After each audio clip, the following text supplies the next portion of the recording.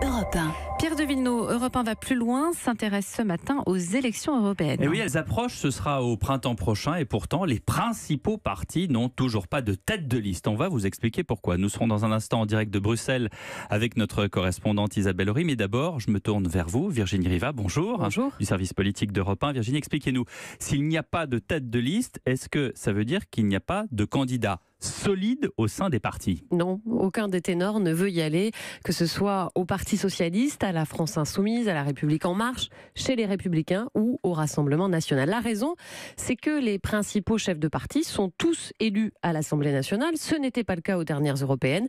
Jean-Luc Mélenchon, Olivier Faure, Marine Le Pen sont au Palais Bourbon. Laurent Wauquiez, lui, dirige la région Auvergne-Rhône-Alpes et il n'a plus le droit de cumuler.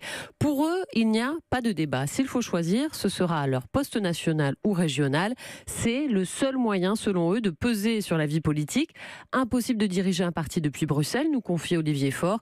Impossible non plus d'exister médiatiquement, nous confirme Alain Lamassoure, député européen depuis 1999. Choisir le mandat de député européen, c'est faire vœu de chasteté médiatique. J'ai été porte-parole du gouvernement Alain Juppé. En tant que tel, j'ai été invité 2 ou 3 fois par semaine aux 20h d'un grand journal télévisé national. Dans les 15 années qui ont suivi, ayant retrouvé le Parlement européen, j'ai été invité dans une seule des grandes chaînes de télévision, une seule fois, à 23h30, et ça n'était même pas pour parler d'Europe. Bon, le voilà qui passe à 7h20 sur Europe 1 dans la matinale. Bonjour Isabelle Horry. Bonjour Pierre. Vous êtes notre correspondante à Bruxelles. Dites-nous, ce désintérêt des ténors, c'est français ou c'est pareil partout en Europe? C'est assez français. À l'est de l'Europe, par exemple, député européen, c'est au contraire un tremplin. La première ministre de Roumanie était ici. Puis du jour au lendemain, elle est partie diriger son pays. Il y a des exemples similaires en Croatie ou dans les Pays-Bas.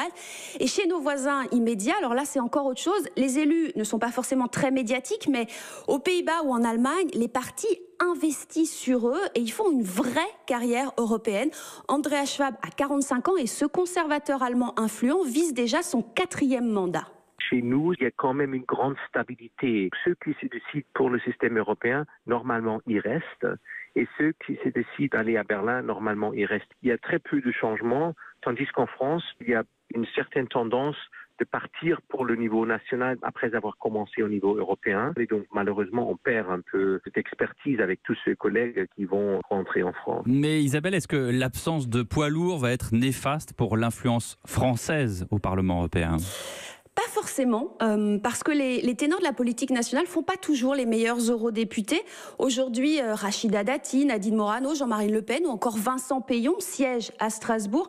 Mais ici, sur le plan du travail et de l'influence politique, ils sont transparents. Et d'ailleurs, les plus perfides indiquent que pour les Français, le Parlement européen, c'est un peu le cimetière des éléphants.